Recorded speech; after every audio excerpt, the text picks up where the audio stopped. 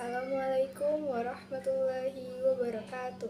Perkenalkan, nama saya Asyifa Zakatul Soleha, kelas 10-4 absen 3. Di sini saya akan membahas materi tentang kebenaran penurunan Al-Quran. Turunnya Al-Quran merupakan kejadian yang sangat mengagetkan sekaligus mengembirakan hati Rasulullah Shallallahu Alaihi Wasallam. Proses penurunan wahyu sangatlah berat karena diturunkan melalui malaikat Jibril. Cara majazi, turunnya Al-Quran bisa diartikan sebagai pemberitahuan dengan cara dan sarana dikehendaki Allah Subhanahu wa Ta'ala sehingga dapat diketahui oleh para malaikat di Lauh Mahfuz oleh Nabi Muhammad SAW di dalam hatinya yang suci. Adapun kaifiat turunnya Al-Quran itu terjadi perbedaan antara ulama. Nah, dalam hal ini terdapat 3 pendapat.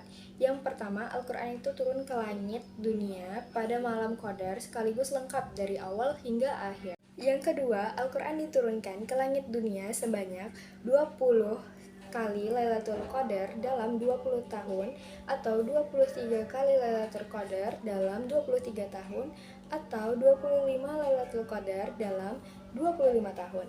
Nah, yang ketiga, Al-Quran itu di permulaan turunnya ialah di malam Lailatul Qadar atau Al-Qadar.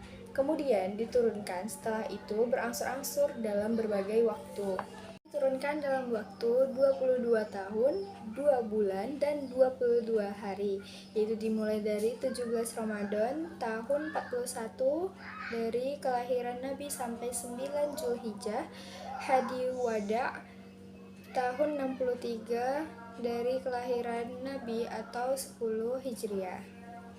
Turun Al-Quran itu ketika Nabi Shallallahu Alaihi Wasallam bertahanus atau beribadah di Gua Hira.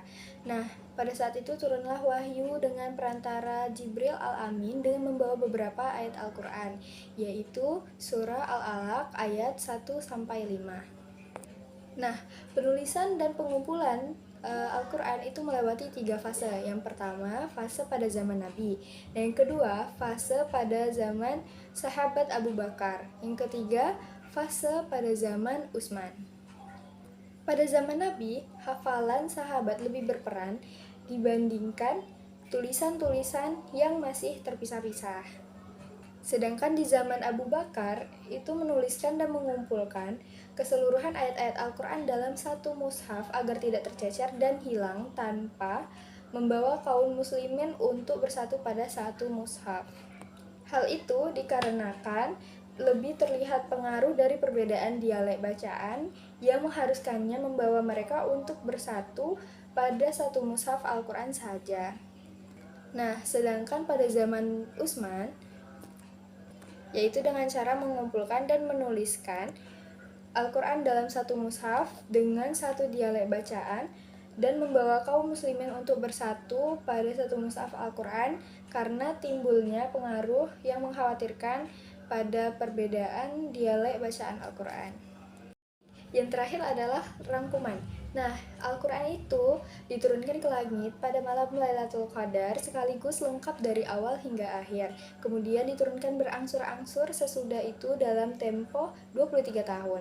Nah, terus penulisan Al-Quran dilakukan sejak diterimanya wahyu oleh Nabi Muhammad SAW hingga dikumpulkan dalam sebuah tulisan berupa mushaf kitab berjilid pada zaman Khalifah Utsman bin Affan.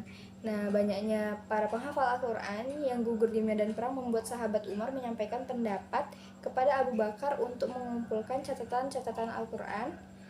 Nah, terus proses penulisan Al-Quran menjadi sebuah mushaf utuh selesai pada di zaman Khalifah Utsman bin Affan.